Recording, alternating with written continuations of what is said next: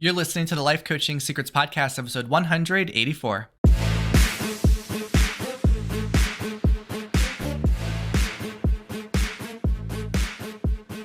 Did you know that life coaches are needed now more than ever? I'm Frank Macri, founder of Thriving Coach Academy.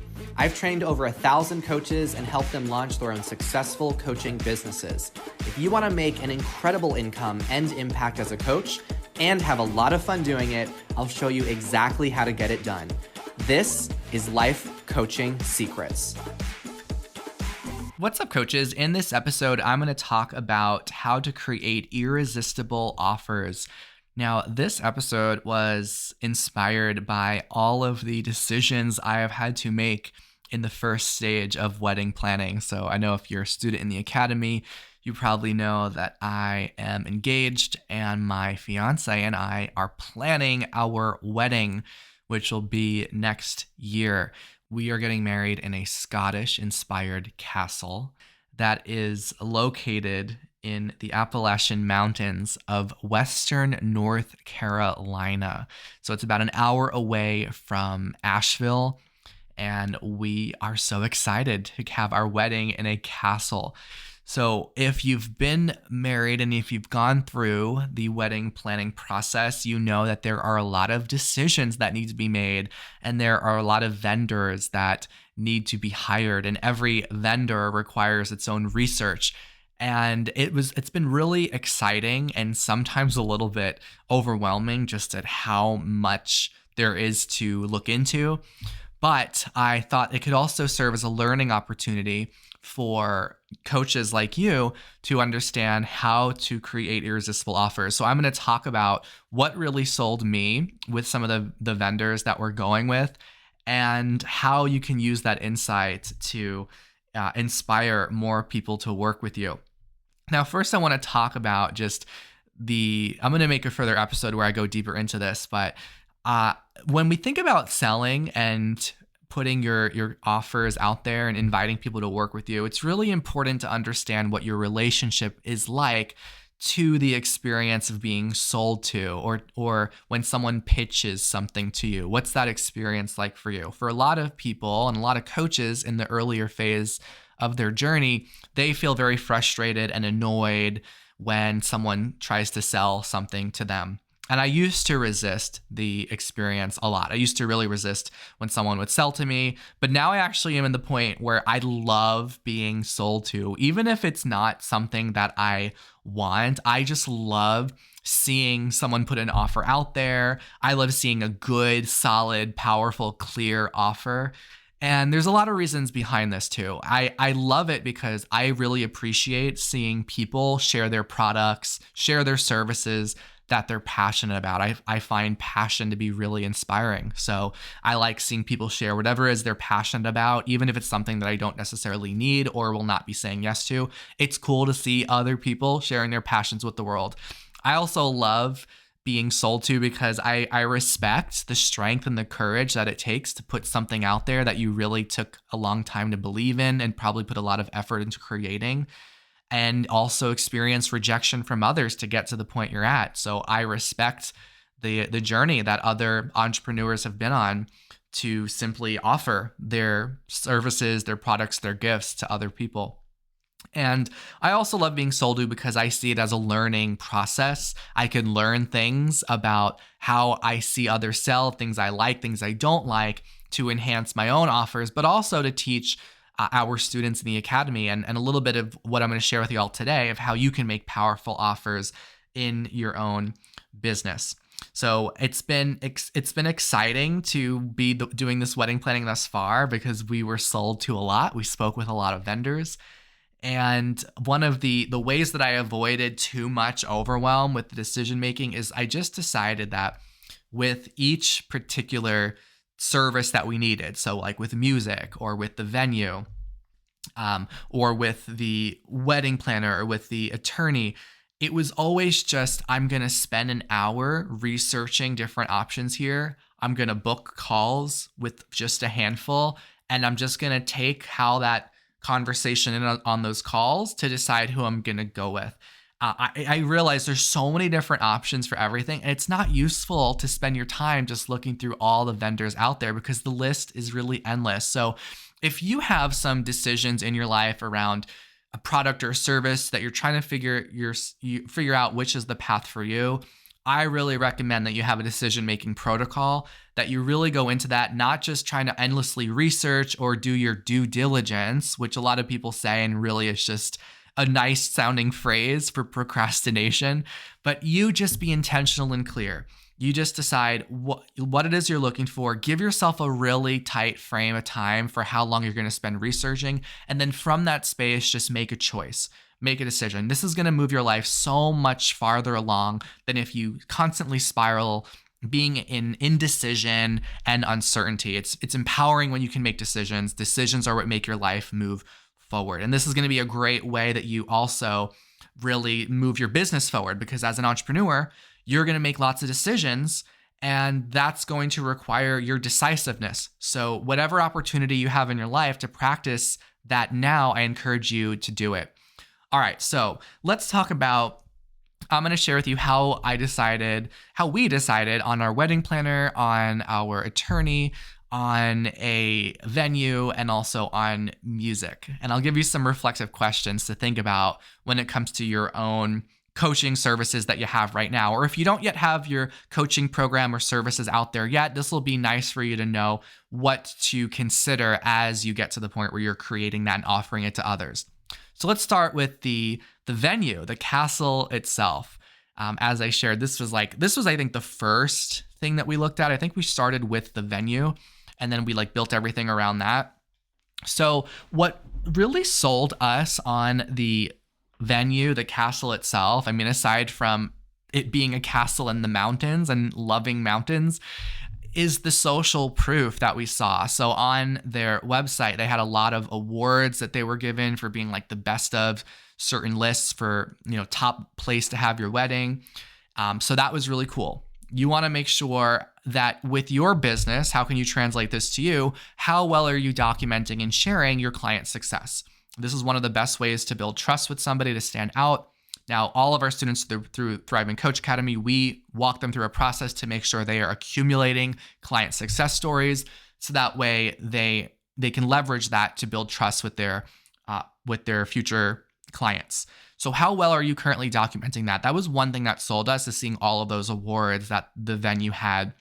And then what was also really cool is that on their website, you could have a virtual tour of the castle itself. And it was so beautiful how you can just click through various images and it takes you through all the different parts. You can see the outdoor terrace. You could see the carriage area in the front. You could just see the great hall inside the castle. You can go through all the castle rooms just by clicking buttons. And it was so convenient to be able to do that from the comfort of our homes. We live about a 5-6 hour drive from the castle where we're having our wedding. And we do plan to go there. We're planning to go there actually in the next week, because we're having engagement photos done that are very close to the castle. Maybe if you're familiar with the Carolinas, you might know what the Biltmore is. We're having our engagement photos done at the Biltmore, and then we're going to take the drive to see the castle and walk around the grounds, which is about an hour drive from there. So we appreciated, though, that we didn't have to drive all the way out there in the beginning to make our decision, because the virtual tour really did give us a good taste of what we are going to get. So the question to consider with your own coaching business is, how well are you giving people a taste of your work, of your style, of your value before they buy?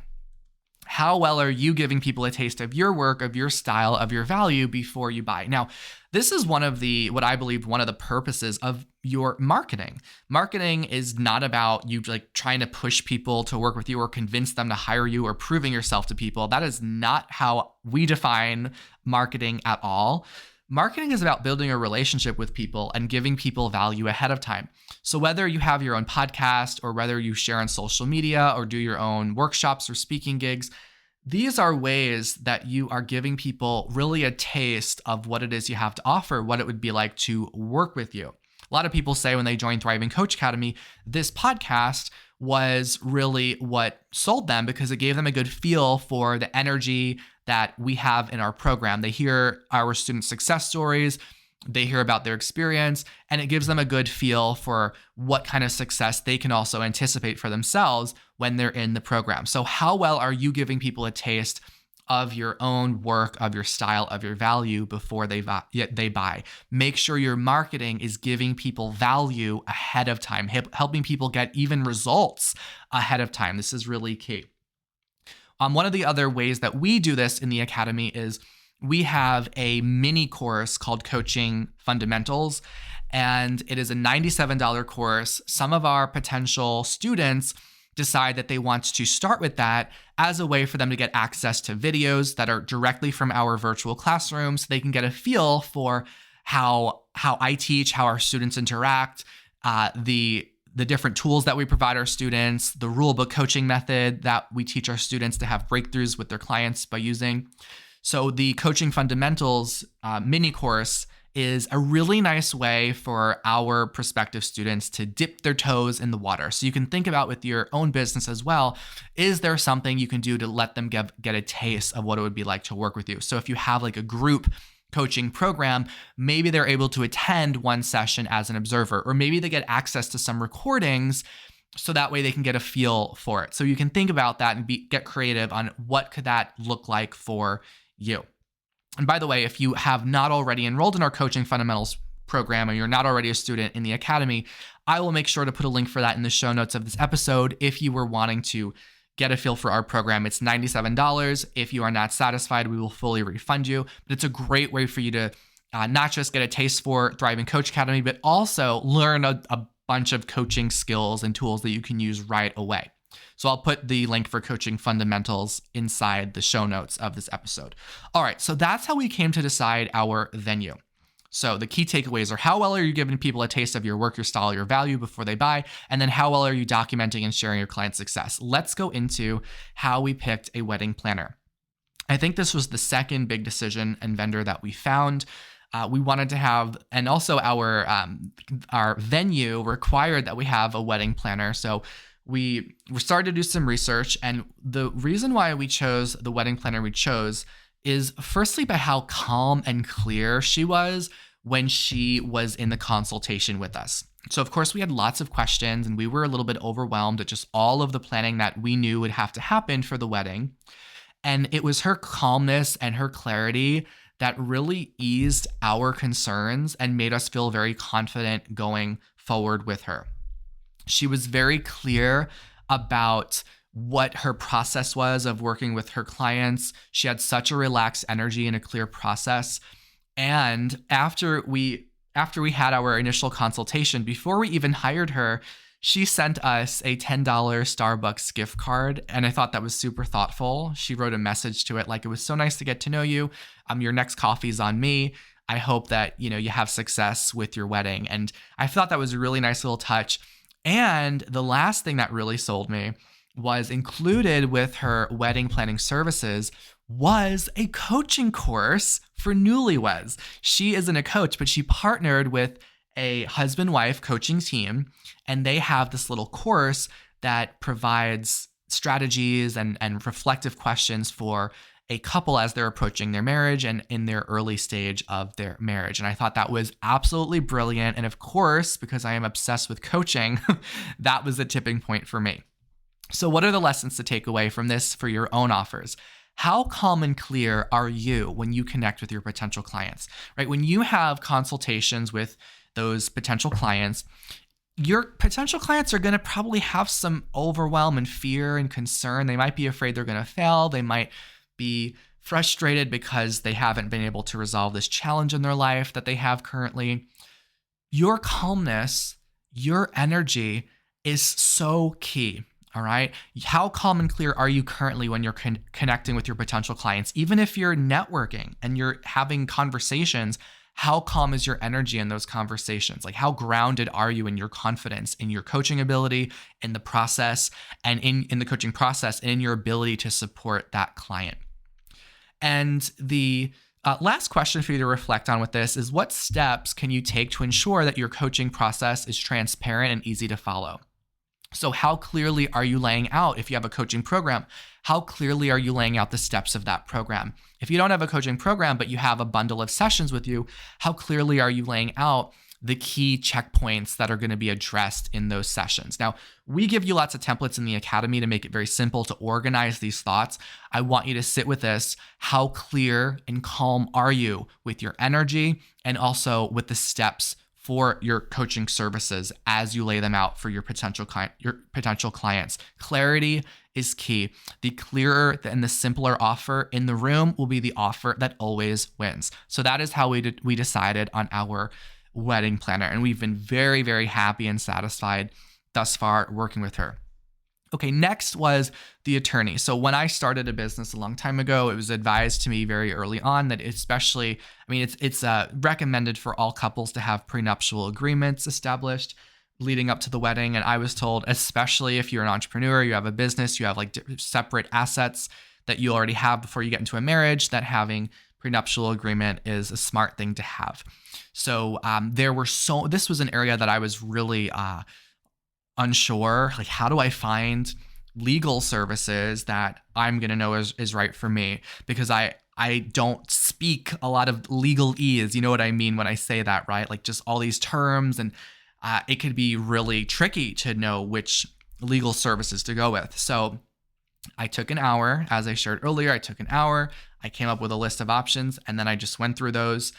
I booked certain calls with the ones that I felt best going with. But here's really where I was able to decide on which one to go with. There was one legal professional group that their website was so nice and simple. They had plenty of videos and resources available just on their website that explained things and broke it down. It was so simple. They took all the legal jargon out and made it so clear that anybody can understand. And what happened after the consultation I had with a lawyer on their team is they sent me a resource, and it was called the How to Be a Client Guide. And I thought that was brilliant. The How to Be a Client Guide. So basically, like, how can I get the most out of my time working with their team, their professionals? So what can you learn from this? How simple is your offer laid out? Okay, so kind of building off of that last one, and notice a theme here, right? How simple is your offer laid out? Another question is, what resources can you provide to your potential clients to make your services more understandable and accessible? Okay, so making sure that you're not using jargon that confuses people. The confused mind doesn't take action. So if your audience and your network, if they are confused about your services, and if they're confused about any parts of it, they're probably not going to say yes to it. You want your potential clients to feel certain, to feel clear, have it simply laid out for them. So think about as well how you can simplify any industry-specific language to better connect with your audience. Okay, so you might have, let's say for example, like you're a health and fitness coach. You might have a deeper understanding of what happens in the body when you lift weights and how your muscles break down. And you might have like these really difficult to understand terms that you might think is important to use to impress people. But if you really are just speaking the jargon, you might turn away people because they don't understand it. It's confusing for them. So instead of using industry-specific jargon or language, think about how you can simplify it, how you can lay it out so that way everybody can understand it. The more people that can understand it, the better. And this is not about dumbing things down. It's about simplifying things in a way that makes it accessible for people to understand. So that is what I felt so good about the legal professional that I found, because she made everything so clear. And the founder of their company had videos on their site. And I was just so appreciative for all that. All right. And the last big decision that we made thus far was on the music. So we went back and forth around if we want a live band, if we want a DJ, and we're both very particular about the music. The music, I think, in addition to the food, is like one of the top experiences. Thankfully, the food comes included with the castle, so we don't have to worry about that. We already know that's gonna be great. But the music was also the big one. And originally we were gonna go with a live band. We were in touch with several live bands, But what was tricky is that some of these live bands, they would have some videos up of their band performing, but then I noticed like those videos were from 5, 6, 7, 8 years ago. So there was one band that we were really sold on. We loved their set list, but half of the members that we saw in the videos they had on their website were no longer active members of the band. So we didn't really know who we were going to get. They didn't have more recent videos. So anyway, long story short, we realized that we wanted to have more freedom in songs that we could have played at our wedding. And with the live bands, there's, limited set lists that they have. So we ended up going with a DJ. Now, when we started looking into different DJs, it was very interesting. So a lot of DJs, one of the challenges that we had is that a lot of them were not responsive. So we were emailing some, and then a few of them just didn't get back to us when they said they would get back to us by a certain day. And when that happened, I felt like I wasn't really important, or they were too busy for me, or I was just being neglected. I also questioned like how organized their business was, because they were not responding to me when they said they would respond. And on a side note, I don't know if any of you have ever worked professionally as a DJ or know anybody that does it. I noticed as well, something that was a little off-putting is a lot of the DJs had their branding and their logos that were so obvious and so blaring that they would have on display at various weddings. So a lot of DJs had pictures and videos of them to showcase their services. And I noticed a lot of DJs like had their image and logo on their laptop, and it was like in the background of all the wedding photos. And to me, it felt very egocentric. So when I was starting to talk with actual DJs, I called that out and said, listen, I totally get if you want to like market and promote yourself, but I don't want my wedding to be the time when you're promoting your services and having your branding out there. And I was like really keen to make sure that that was okay, because there was one DJ I ended up really liking, and I made that request, and he said, absolutely. He said the focus is on you and your husband to be, like you both are the focus, not me. And I noticed that like there were some DJs, I just felt like their ego was kind of really big. They were focused on making themselves important and themselves like the center of the party, versus what a wedding is really all about, which is the couple that's getting married. What I also really appreciated about, that was kind of a side note there, just about what I noticed when we were looking at DJs. But what I really appreciated about the DJ that we went with is he provided us a sample of his work. So he was able to take some of the songs that we were hoping to have and like mix them up to give us a little feel for his mixing skills. And he made himself so available for us. I felt very valued, very appreciated. It was very easy to be in touch with him. He spoke with us directly. It was just such a personal touch that he put on the interaction we had before we decided to hire him. So some questions for you to consider here to make your offers irresistible is, first of all, how responsive are you being with your potential clients, right? If your potential clients are sending in emails and questions to you, if they've had consultations and they are following up with questions, make sure you are responding to them promptly as well, because that's a period where your potential clients, they really are figuring out how available will this person be to me when I actually start working with them. And then the last question to reflect on, given the positive experience I had finding our DJ, is how can you add a personal touch to your interaction with your potential clients? So maybe it is giving them an option to have a consultation with you where they can talk with you over the decision. Maybe there's other ways that you can add a little bit of a personal touch to your coaching business. So people really feel like this isn't a transactional thing, like you really want to get to know them. Maybe it's a video that you send them or various resources you send them when they're in your space. Maybe they're on your mailing list. So people really feel like they can connect with you and that you truly care about them. Okay, so that's been the wedding planning journey so far. Like I said, we've got the engagement photo shoot at the Biltmore next week, which would be really fun. We're going to bring the puppy Chai to be in some pictures, and I'm sure that's going to be an adventure in itself. And I will let you know if there's more updates with the wedding. A lot of our students have been very excited for my fiance and I, which is really amazing. We've got about a year before the wedding. It's not until next September. I'm recording this probably way earlier than this episode is going out there. But anyway, take these lessons and think about how you can apply them to yourself so you can create your own irresistible offers that your clients will feel really ridiculous saying no to. I want your clients to say yes. I want them to feel excited about working with you. Keep your offers clear. Have calm energy. Keep it simple. Add a personal touch to your interaction with clients and make yourself available to them. All right, that's what I got in this episode. Before I go, I'm going to include a snippet from an interview that I had with one of our coaches in the academy. They're going to share with you their experience and also give you some tips for how you can become successful as a coach. So enjoy their story, and I will see you in the next episode. This is Yamato Yoshioka. I'm a student with TCA. I started late February this year, and I'm still an active student for about over 8 years now. I had a huge life event that made me really rethink about my own life and what values I want to bring to my life. And serving people was one of them.